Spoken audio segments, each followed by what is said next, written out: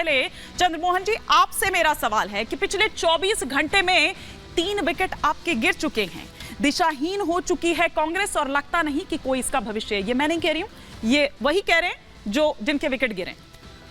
देखिए, विकेट गिरना तो अगर आप ऐसे कहेंगे तो ठीक है कि विकेट गिरे हैं, लेकिन दिशाहीन कांग्रेस होगी है ये मैं आपकी बात का मानता नहीं हूं। इसका मैं प्रूफ दे सकता हूं कि दिशाहीन कांग्रेस नहीं होगी। कांग्रेस के नेता और कांग्रेस पार्टी बिल्कुल दिशा के साथ चल रही है। तो अभी हमारे नेता राहुल गांधी ने देश को कदमों से नापकर हर जनमानस को अपने साथ जोड़ के मुद्दे पैदा करे। दिशाहीन भाजपा हो गई है, क्योंकि आज भाजपा के नेता सौरभ जी या भी बैठे हैं हमारे सिद्धार्थ जी, ये दरी बिछाते रह जाएंगे और जितने भ्रष्टाचारी हैं वो इस शिष्टाचार भाजपा के अंदर आके नेता, प्रवक्ता, मंत्री, सांसद, सुन लीजिए बाद में बोल लीजिएगा, सांसद बन जाएंगे और ये दरी बिछाते रह जाएंगे। पूछ रहे हैं मानी जी आपके घर के बारे में, आप हमारे दरी बिछाने देश के प्रधानमंत्री आदरणीय नरेंद्र मोदी जी भ्रष्टाचारी कहते रहे और चिल्ला चिल्ला के भाजपा के सांसद उनकी राग में राग मिलाते रहे। आज सारे भ्रष्टाचारी को लेके एक अखबार ने हवाला दिया कि 25 में से 23 भ्रष्टाचारी भाजपा के पास पहुंच रहे हैं। आप सीधा एकदम एंड पे पहुंच रहे हैं, धीरे धीरे चलते हैं, स्टेप वाइज चलते हैं। लेकिन उन्होंने क्या कहा, पार्टी और कार्यकर्ताओं के बीच की जो खाई है वो बहुत चौड़ी हो गई है, वो बहुत बड़ी हो गई है, लेकिन पार्टी को इसका कोई फर्क नहीं पड़ रहा है। फिर चाहे वो संजय निरुपम के लिए आप क्या कहेंगे यहाँ पर, और गौरव वल्लभ, वो तो आपके बड़ा चेहरा भाई डिबेट्स में नजर आते थे हर चैनल पर, बड़ी मुखरता के साथ वो अपनी बात रखते थे। बल्कि बीजेपी को तो वो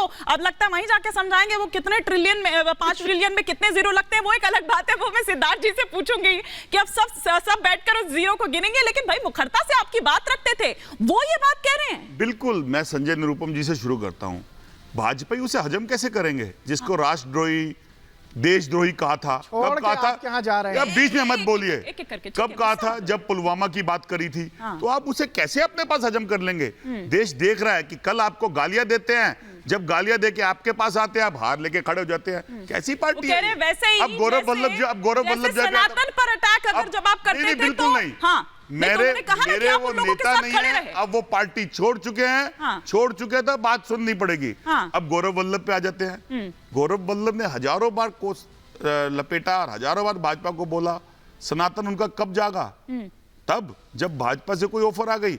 और जो सनातनी है और जो सनातन धर्म का है वो कमजोर नहीं होता है, वो पार्टियों में रह के धर्म नहीं बदलता है, वो अपने आराध्य देव नहीं बदलता है। सनाती छाती छोक कर बोलता है कि मैं हिंदू हूं, लेकिन मेरा आराध्य देव है। गौरव वल्लभ पहले नहीं, और राजनीति के लालच के लिए जाते हैं। और ऐसे ही राजनीतिक लोग होते हैं जो सनातनी का नाम लेकर राजनीति के अंदर सत्ता पे पहुंचते हैं, वो भाजपा का नेतृत्व और भाजपा वाले हैं। सनातनियों को कोई जरूरत नहीं है किसी तरह की। मैं जवाब दे देता हूं। ठीक है सिद्धार्थ जी वो भी बताइएगा, वो जीरो, वो ट्रिलियन जीरो वाली, वो आप सब साथ बैठ के एक साथ समझेंगे। लेकिन मैं तो ये समझना चाह रही हूँ कि इनके आने से आपको क्या फायदा हो जाएगा? सबको तो चुनाव आपने लड़ाना नहीं है। हिमानी जी, सबसे पहली बात तो अभी चंद्रमोहन जी हमारी बड़ी चिंता कर रहे थे और कह रहे थे कि हम लोग तो दरी बिछाते रहेंगे। अरे हम खुश हैं जो काम हम कर रहे हैं, बहुत खुश हैं। पार्टी का एक एक कार्यकर्ता देश भर में इतना खुश है क्योंकि हमारे पास मोदी जी जैसा नेतृत्व है। हम अपने भारत को बढ़ते हुए देख रहे हैं। हम भारत माँ की पूजन करने वाले लोग हैं। जब भारत का भला होता है तो हमें अपनी चिंता नहीं होती है, बिल्कुल खुशी के साथ आगे बढ़ते हैं। इसलिए थोड़ी चिंता आप हमारी कम करिए। आप लोगों की हालत वहां पर क्या है हिमानी जी, वो तो स्थिति अभी आप जानेंगी, ग्राउंड पे भी आप उतरेंगे भी तो आप देख पाएंगी। जो टिकट ले रहा है कांग्रेस पार्टी या पूरे किसी इंडी गठबंधन के किसी भी दल से, वो टिकट लेके लौटा दे रहा है जैसे ही वो ग्राउंड पे जाता है। वो देखता है, लोग उसको आके कहते हैं अरे कहां टिकट ले ली, किसकी पार्टी की टिकट ले ली। और इनके समर्थकों की हालत देखो। देश जब एक उत्साह में झूमता है, वो उत्साह में झूमता है कि आज भारत में इतनी प्रगति हो गई, इतने नए आईआईटीज आईएम्स खुल गए, इतने नए 10 करोड़ के बैंक अकाउंट भी देश में 50 करोड़ हो गए, डिजिटल इंडिया हो गया। ये लोग दुबके रहते हैं कोने में और ये खुशी भी नहीं मना पाते, ये बोल भी नहीं पाते। जब देखता है कि कैसे कोरोना को हरा दिया, ये लोग दुबके रहते हैं कोने में। जब देश देख पाता है कि कैसे 500 सालों का संघर्ष पूरा कर दिया और राम मंदिर बन गया, ये लोग दुबके रहते हैं, वहां जा भी नहीं पाते। और वही काम है भाई, अब मैं जवाब दे दूं, डिस्कंटेंटमेंट में वही काम है कि उसी के कारण से इनके मन में इन भावनाओं का आता है। आज पूरी कांग्रेस पार्टी जो चंगुल में फंस चुकी है, इनके एक परिवार के, जिसकी दिशाहीन आप कह रही थी, मैं कहता हूं जिनके पास कभी कोई दिशा थी ही नहीं, ऐसे परिवार के जब चंगुल में फंस गई, उनने कैप्चर कर लिया। तो ग्रैंड ओल्ड पार्टी का क्या हाल हुआ है ये हम सब देख पा रहे हैं। जब तक ये इनके चंगुल से बाहर नहीं आएंगे जनता का समर्थन तो छोड़िए, इनका कोई क्रिया- सिद्धार्थ जी बिल्कुल, बिल्कुल बिल्कुल, आज आपकी बातों का तर्क में मेरे को बिल्कुल मजा आ रहा है, क्योंकि मजबूरी के अंदर आदमी ऐसा हो ना तो उसके चेहरे पे बनावटी हंसी होती है, बनावटी तर्क होते हैं। मेरा प्रश्न का आपने जवाब नहीं दिया कि भ्रष्टाचारी शिष्टाचारी के अंदर कैसे आ गए।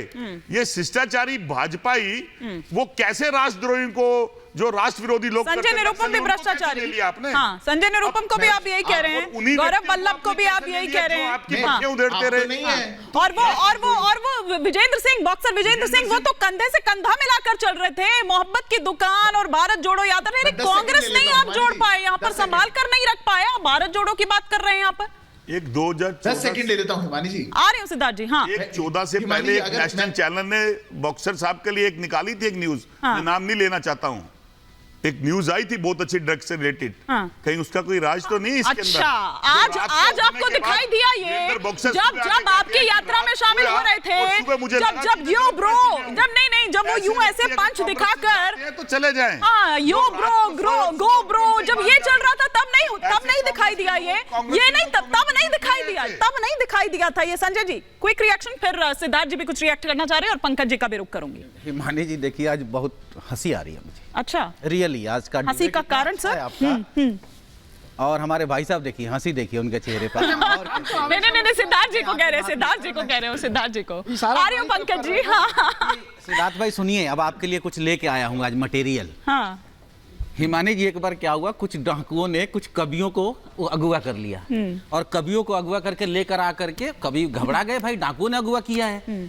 उन्होंने कहा घबराओ मत, हम तो कविता सुनने के लिए तुम्हें बुला कर लाए हैं भाई। वो जंगल में ले गए, कवियों से कविता। मुझे याद आ रहा है वो जैसे तेजस्वी यादव जी ने भी ऐसे ही अपने विधायकों को ठीक है। तो वो कवियों से, डाकुओं ने कविता सुनी, सुनने के बाद बोला एकदम खुश होकर के, भाई आप लोगों को क्या चाहिए बताइए। हाँ। अब लोगों में तो डर था, कवियों में, चूंकि वो डाकू थे, तो उन्होंने कहा नहीं डरने की जरूरत नहीं है, क्या चाहिए आप बताइए। तो जिसका फीस 20,000 रुपया होता था वो बोला 1.25 लाख, किसी ने बोला 1.5 लाख।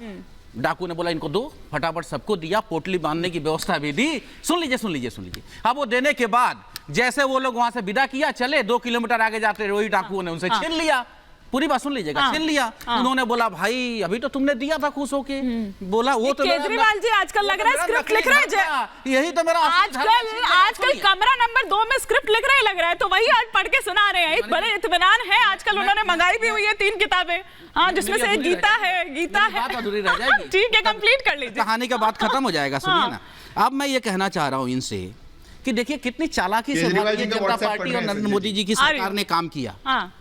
चाहे वो गैस का सब्सिडी हो, चाहे रेल में किराया में रियायत मिलने वाले लोगों की छूट हो, बीज हो, खाद हो, खेती में लगने वाली जितने भी इक्विपमेंट उसकी जो रेट हो, दूध हो, दही हो, छाछ हो, पनीर हो, वो सब पे टैक्स की मार, हजारों की फीस लाखों में, ऊपर से भी 10 साल में 12 करोड़ बेरोजगारों की देश में फौज खड़ा करके, और भारतीय जनता पार्टी ये कहती है कि हम देश एक महान देश बना रहे हैं, और कहां उलझाना चाह रहे हैं। यहाँ पर आपके कैंडिडेट खड़े हैं, उनको जिताइए। अरविंद के भाई बहुत अच्छी बात बोल रहे हैं आप, ठीक है, आप बहुत अच्छी बात बोल रहे हैं, लेकिन जनता इस बात पे वोट देगी लेकिन क्या जनता आपको? क्या कह रही है? जनता का वोट चाहिए कि को नहीं, जनता किस आधार पर वोट बंद कर दो।